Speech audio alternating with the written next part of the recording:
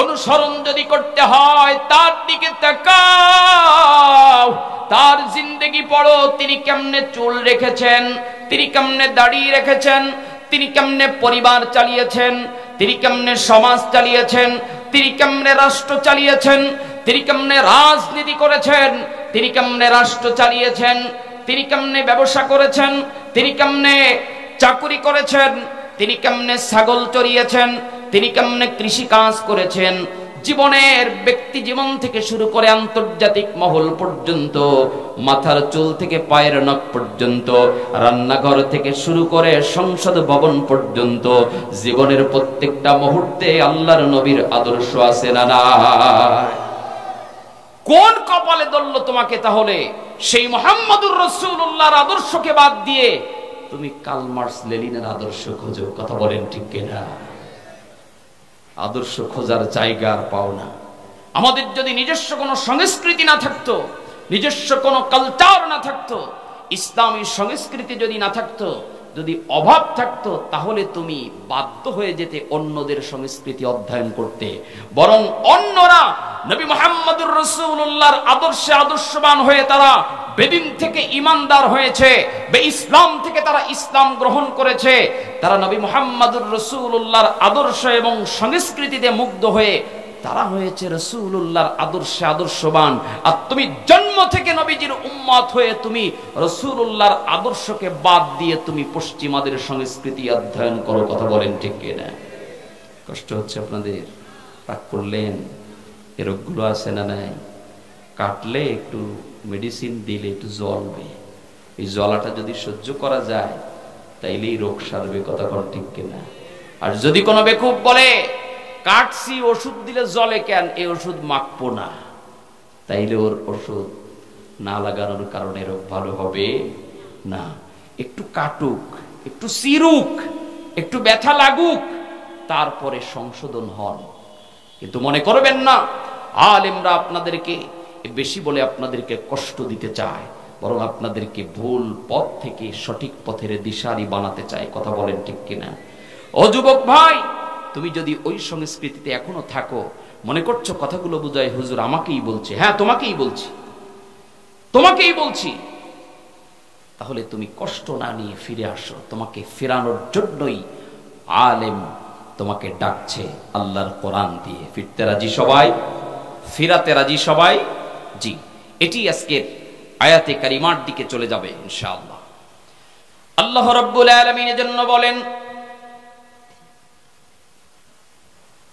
কুনতুম খায়রা উম্মাতিন উখরিজাত লিন-নাসি তা'মুরুনা বিল মা'রুফি ওয়া তানহাউনা 'আনিল মুনকার وتنهون عن المنكر وتؤمنون بالله জোরে বলুন আল্লাহু আকবার। তোমরাই হলো শ্রেষ্ঠ জাতি। কারা? আমরা আগের আয়াতে শুনেছি আমরা সফল কাম হতে চাই কি চাই না। এবার আল্লাহ পাক হাজারো ধর্ম বর্ণ নির্বিশেষে অনেক মানুষ পৃথিবীতে আছে, কিন্তু সবাইকে আল্লাহ তাআলা শ্রেষ্ঠ জাতি বললেন না।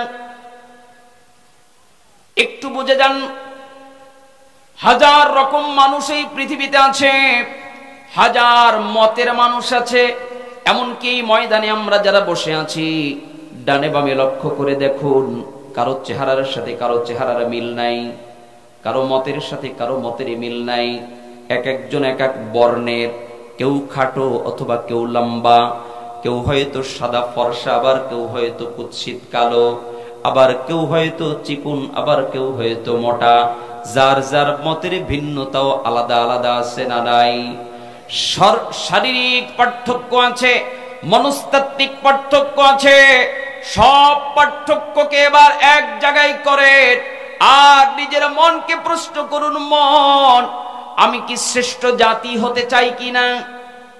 সব মানুষের মধ্য থেকে আমি যদি শ্রেষ্ঠ মানুষ হতে চাই, শ্রেষ্ঠ জাতি হতে চাই, তাহলে আল্লাহর দেওয়া শর্ত পূরণ করে শ্রেষ্ঠ হব না আল্লাহর দেওয়া শর্ত পূরণ না করে শ্রেষ্ঠ হব? কই আল্লাহর দেওয়া শর্ত পূরণ না করার পরেও তো অনেকে স্লোগান দেয়, আমার নেতার চরিত্র ফুলের মতো, তার মধ্যে নামাজ নাই, একক আছে না না। যদি শ্রেষ্ঠ হতে হয় তাহলে আসো আল্লাহর দেওয়া শর্তগুলো মানো। এবার আল্লাহ তাআলা কি শর্ত দিচ্ছেন? শ্রেষ্ঠ হতে গেলে মানবেন তো, মানবেন? আল্লাহ তাআলা শর্ত দিচ্ছেন, বান্দারে তুমি যদি শ্রেষ্ঠ হতে চাও, নিজে একাকী নামাজ পড়লে হবে না, নিজেই শুধুমাত্র রোজা রাখলে শ্রেষ্ঠ হতে পারবা না, নিজেই শুধুমাত্র হজ করলে শ্রেষ্ঠ হতে পারবা না, নিজেই শুধুমাত্র একা ভালো কাজ করলে শ্রেষ্ঠ হতে পারবা না, নিজেই কেবলমাত্র হকের উপরে প্রতিষ্ঠিত থাকলেই তুমি শ্রেষ্ঠ হতে পারবা না। কথা কি মোল্লার না আল্লাহর? কথা বলে না, কার? আল্লাহ পাক ডাক দিলেন, বান্দা যদি শ্রেষ্ঠ হতে চাও তাহলে শর্ত মানতে হবে আল্লাহর। কোরআনুল কারীমের আয়াতে কারীম আমাদেরকে দুইটা শর্ত দিলেন, জোরে বলেন কয়টা? এক নম্বরে হলো তা'মুরুনা বিল মা'রুফি ওয়া তানহাউনা আনিল মুনকার ওয়া তানহাউনা আনিল মুনকারি ওয়া তু'মিনুনা বিল্লাহ।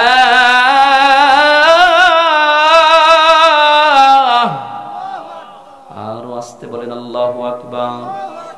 আল্লাহু আকবার বললে খুশি হবে বক্তা না আল্লাহ, কমিটি না আল্লাহ? খুশি যিনি হবেন তিনি কে?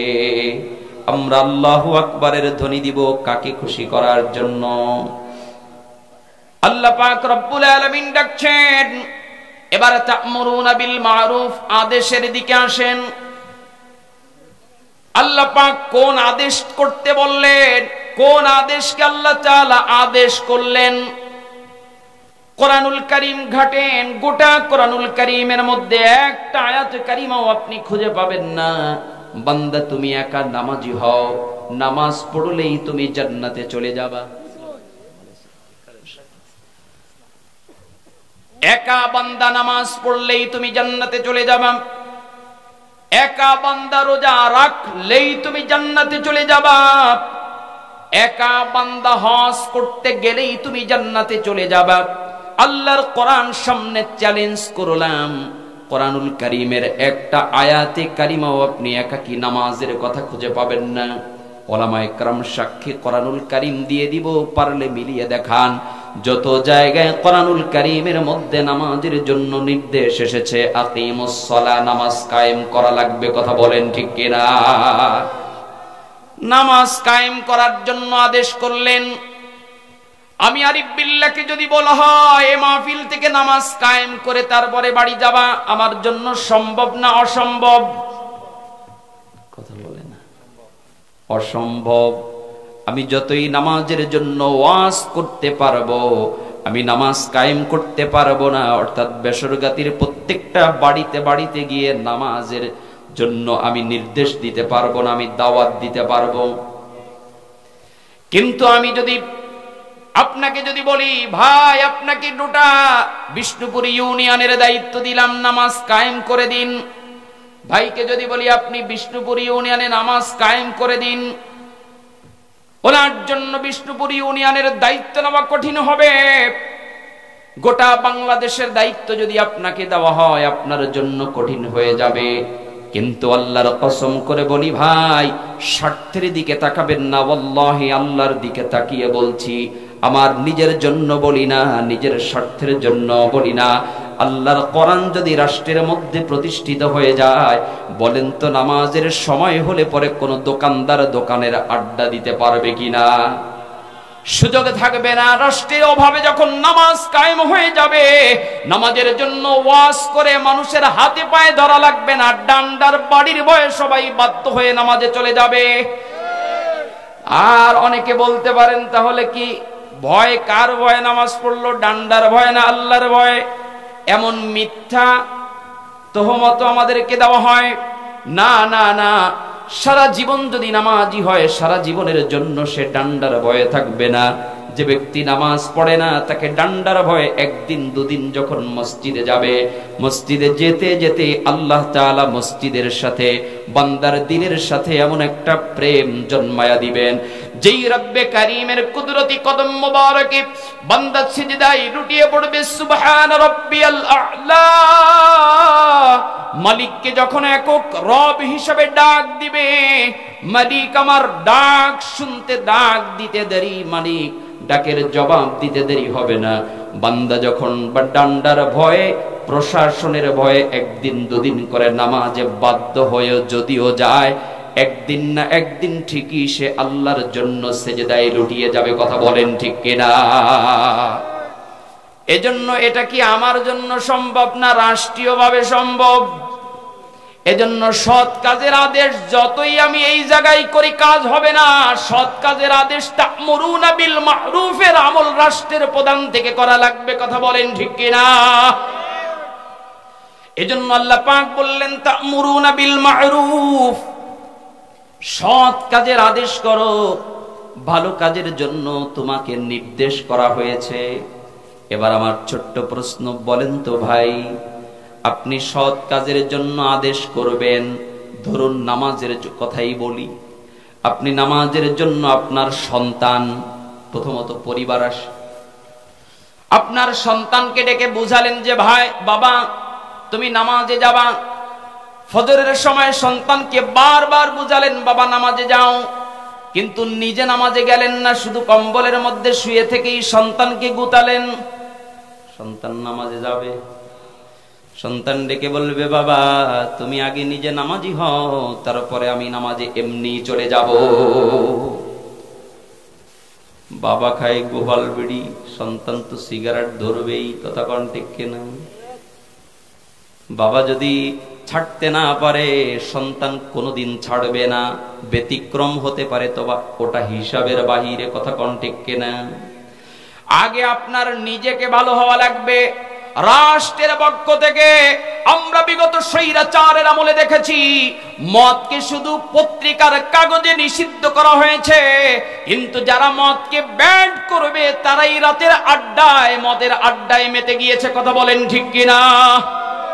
যারা এই দুর্নীতি মুক্ত হওয়ার জন্য মানুষকে আদেশ করবে, যেই প্রশাসন দুর্নীতি মুক্ত বাংলাদেশ উপহার দিবে, সেই প্রশাসন নিজেই কালো টাকার মাধ্যমে দুর্নীতি করে আছে না নাই? আপনি দুর্নীতির জন্য যতই মানুষকে সতর্ক করবেন কোনো কাজ হবে না। আপনি নিজে দুর্নীতি মুক্ত হয়ে যান, ওয়াজ করা লাগবে না, এমনিতেই দুর্নীতি মুক্ত বাংলাদেশ হবে। কথা বলেন ঠিক কিনা? এজন্য আমাদেরকে হাত দিতে হবে গোড়ায়। আমরা গাছের গোড়ায় পানি না ঢেলে পানি ঢালি আগায়, ওই পানি নিচে নামতে নামতে অর্ধেক যায় শুকায়া। জনগণকে 1 ঘন্টা 2 ঘন্টা তাফসীর করে যতটুকু না বুঝায় দেয়, কোরআনের ময়দান থেকে অনুতপ্ত হয়ে ইস্তেগফার পরে আখির মোনাজাতে 2 চোখের ফোঁটা পানি ছেড়ে দিয়ে কান্না করে তওবা করে বাড়িতে যায়। যখনই চলে যায় যে আমি আর কোনোদিন ঘুষ দেব না, ঘুষ খাবো না, যখনই যাই ইউনিয়ন পরিষদে একটা সার্টিফিকেট আনার জন্য, তখন তাকে বলে এটা না দিলে হবে না, এটা হলো অফিস ফি। কি ফি? অফিস ফি। চলে যান ইউনিয়ন থেকে উপজেলায় গেল, আরো হয়রানি আছে না নাই? চলে যান জেলা পরিষদে, আরো হয়রানি আছে না নাই? সামান্য পাসপোর্ট অফিস থেকে আপনাকে যেই পরিমাণ হয়রানি করা হবে, হজের জন্য যদি পাসপোর্ট করতে যান সবকিছু ঠিকঠাক থাকার পরেও ঘুষ ছাড়া পাসপোর্ট হাতে পাওয়া যাবে না। কথা বলেন ঠিক কিনা? কোন জায়গায় দুর্নীতি মুক্ত নাই। তাহলে আপনাকে যতই আমি ওয়াজ করে দিব ভাই দুর্নীতি মুক্ত থাকেন, ঘুষ দিবেন না, ঘুষ নিবেনও না, আপনি তো ওখানে বাধ্য হয়ে যাবেন ঘুষ দিতে। কথা কোন ঠিক কিনা? এজন্য ময়দান পরে আগে রাষ্ট্র থেকে যখন দুর্নীতি মুক্ত হয়ে যাবে, রাষ্ট্র থেকে যখন মদকে ব্যান করে দেওয়া হবে, রাষ্ট্র থেকে যখন হিরোইন ফেন্সিডিল সকল মদের পণ্যগুলোকে যদি কারখানা বন্ধ করে দেওয়া হয়, আমদানি রপ্তানি যদি বন্ধ করে দেওয়া হয়, জেনা ব্যভিচারের আস্তানাগুলো যদি ভেঙ্গে গুড়িয়ে দেওয়া হয়, তাহলে জেনার থেকে যুবকদেরকে ফিরানোর জন্য লম্বা ওয়াজের দরকার হবে না। যেই গলিতে গলিতে জেনা হয়, ওই বেশ্যাখানা যদি ভেঙে টুকরা টুকরা করে দেওয়া হয়, যুবক চাইলেও সেখানে যেতে পারবে না। কথা বলেন ঠিক কিনা? আমাদের গোড়ায় হাত দিতে হবে। কথা বলেন ঠিক কিনা? আগামীর বাংলাদেশ হবে ইসলামের বাংলাদেশ। রাজি আছেন না? নাই? স্বৈরাচার মুক্ত হয়েছে, স্বৈরাচার মুক্ত হয়েছে। এর মানে এই নয় আবার নতুন করে কোন স্বৈরাচারের ঠোকর আসবে। ক্ষমতায় যেই চাক, আমার মতো মোল্লা আমি কোনোদিন ক্ষমতায় যাব না, সে চিন্তা করে লাভ নেই। কিন্তু আমাদের দাবি যেটা, ক্ষমতায় যিনি থাকবেন তিনি যেন কোরআন দিয়ে রাষ্ট্র পরিচালনা করেন। কথা বলেন ঠিক কিনা? এ দাবি আছে সবার। কোরআন কি আমার বাপের? এজন্য আমার বাপের কিতাবের কথা বলছি। কোরআন কার? কোরআন কার? এ কোরআন যদি প্রতিষ্ঠিত হয় আপনি মনে করছেন আপনার লস হবে? আরে না ভাই, আমারও লাভ আপনারও লাভ।